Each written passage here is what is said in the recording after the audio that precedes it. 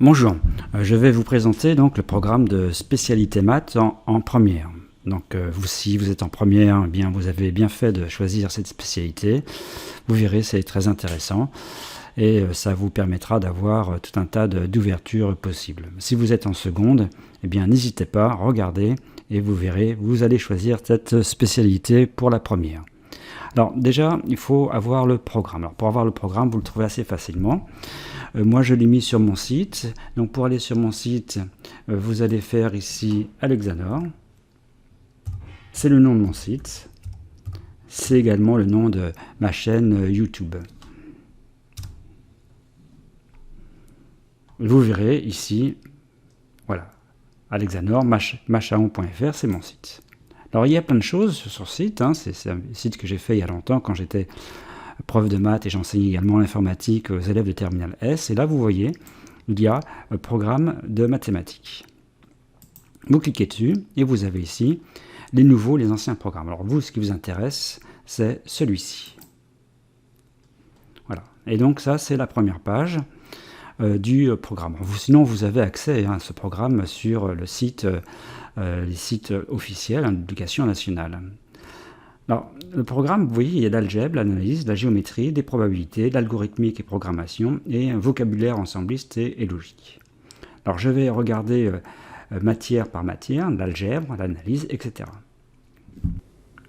Alors, commençons par l'algèbre, par ce chapitre-là. Donc, pour chaque chapitre, en fait, il y a au début les objectifs et l'histoire. Puis après, pour chaque chapitre, il y a les différentes parties de ce chapitre. Et dans chaque partie du chapitre, par exemple ici pour l'algèbre, vous avez première partie, suite numérique, modèle discret, vous avez contenu, capacité attendue, démonstration, exemple d'algorithme et approfondissement possible. Donc ça, c'est la structure générale du programme. Bien.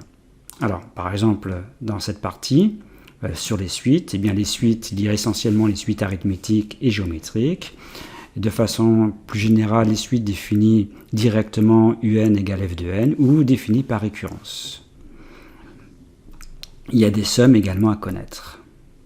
Somme des n premier entier, la somme 1 plus q jusqu'à plus q puissance n. Il y a également la notion intuitive de limite, finie ou infinie d'une suite. Donc capacité attendue, c'est ce qui vous attend, c'est ce que vous devez savoir. Voilà. Des démonstrations qui doivent être connues, et des exemples d'algorithmes et des approfondissements possibles. Alors tout ça se trouve sur mes vidéos. Alors deuxième partie du chapitre algèbre, équation de second degré, somme et produit des racines. Donc regardez, capacité attendue, démonstration, approfondissement possible. Alors tout ça, encore une fois, se trouve sur mes vidéos. Je vous laisse regarder, il suffit de regarder, c'est pas très compliqué. Deuxième chapitre important, donc l'analyse. Alors encore une fois, donc il y a les objectifs de ce chapitre, l'histoire, et ensuite en détail les différentes parties de ce chapitre. Alors première partie de ce chapitre, dérivation. Alors la notion de dérivée se fait donc en première, c'est une notion très importante. Donc contenu, capacité attendue, ici. Les démonstrations, des exemples d'algorithmes,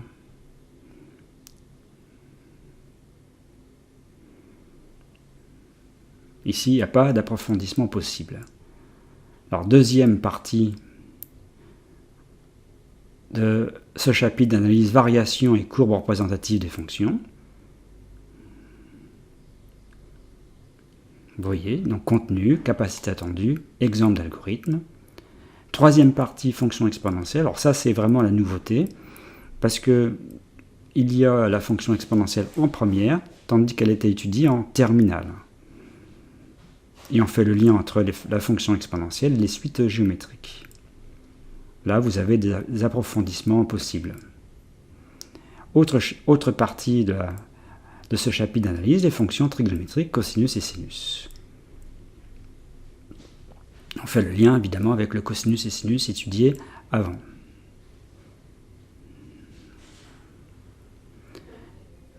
Alors maintenant, passons au chapitre géométrie. Alors géométrie, vous avez objectif, histoire.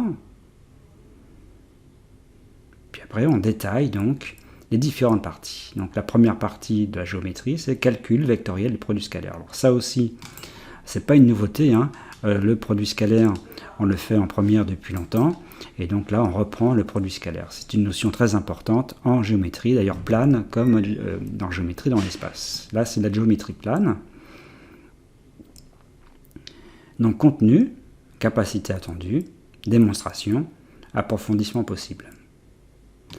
Alors, sur mes vidéos, j'utilise beaucoup la notion de barycentre, par exemple pour la droite de l'air ou le concours des médianes, j'utilise la notion de barycentre, qui ici n'est pas au programme de première. Elle se trouve, cette notion, en terminale. C'est également un outil vectoriel, de géométrie vectorielle, très pratique. Ensuite, la géométrie repérée, je dis moi géométrie analytique, parce que tout simplement, vous avez un repère orthonormé, et à partir de là, vous avez, par exemple, vous pouvez déterminer l'équation cartésienne de droite. Donc, ce que j'appelle géométrie repérée. Là, encore une fois, c'est de la géométrie plane. Donc, contenu, capacité attendue, c'est ce que vous devez savoir faire, approfondissement possible.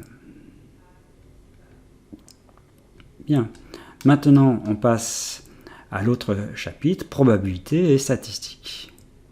Donc voilà, pareil, hein, il y a objectif, histoire, vous avez compris comment ça se décomposait, puis après, il y a les différentes parties.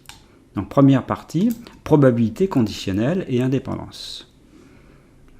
Donc on définit ce qu'on appelle les probabilités conditionnelles, on parle d'indépendance. Donc contenu, capacité attendue, exemple d'algorithme, approfondissement possible.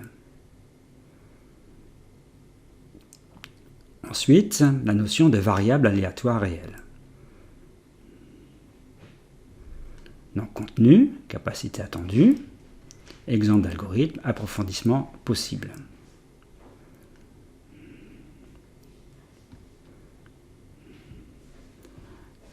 Alors, il y a ensuite un travail expérimental qui utilise en fait soit Python, soit un autre logiciel, donc je parlerai de Python après, hein, dans la partie justement, ici vous voyez, algorithmique et programmation, parce que ça fait partie, c'est un chapitre du programme de maths. Alors, pareil, sur mon site, hein, sur ma chaîne YouTube, vous avez donc tout un cycle de vidéos sur Python. Donc, vous pouvez partir presque de zéro et regarder, et vous comprendrez la programmation, et en particulier en utilisant comme langage de programmation Python. Donc il y a une notion importante ici qui doit être abordée, donc qui doit, hein, c'est-à-dire ça fait partie du programme de maths, bon pourtant c'est de l'informatique, hein, on doit aborder la notion de fonction en programmation. Alors ça, on utilisera Python, vous voyez c'est bien marqué Python. Alors c'est marqué, vous voyez, comme en classe de seconde, les algorithmes peuvent être écrits en langage naturel ou utiliser le langage Python. Ça veut dire que soit on l'écrit sur une feuille avec un langage naturel, soit on utilise Python. C'est ce que je fais ici. Il y a la notion de liste également, que tout ça se trouve sur mes vidéos. Hein. Et là, c'est le vocabulaire, on précise le vocabulaire à connaître, vocabulaire ensembliste et logique. Donc 4 heures pour faire tout ça, c'est-à-dire faire des maths et de la programmation en fait, hein, vous devez faire les deux. À peu près tout le programme se trouve sur mes vidéos, aussi bien au niveau des démonstrations que au niveau des exemples. Donc voilà pour le programme. Bon courage pour vous tous pour cette année de première. Et vous verrez le programme de terminale alors qui lui, si vous choisissez la spécialité maths, c'est 6 heures cette fois-ci, en terminale, eh bien vous verrez, c'est également passionnant.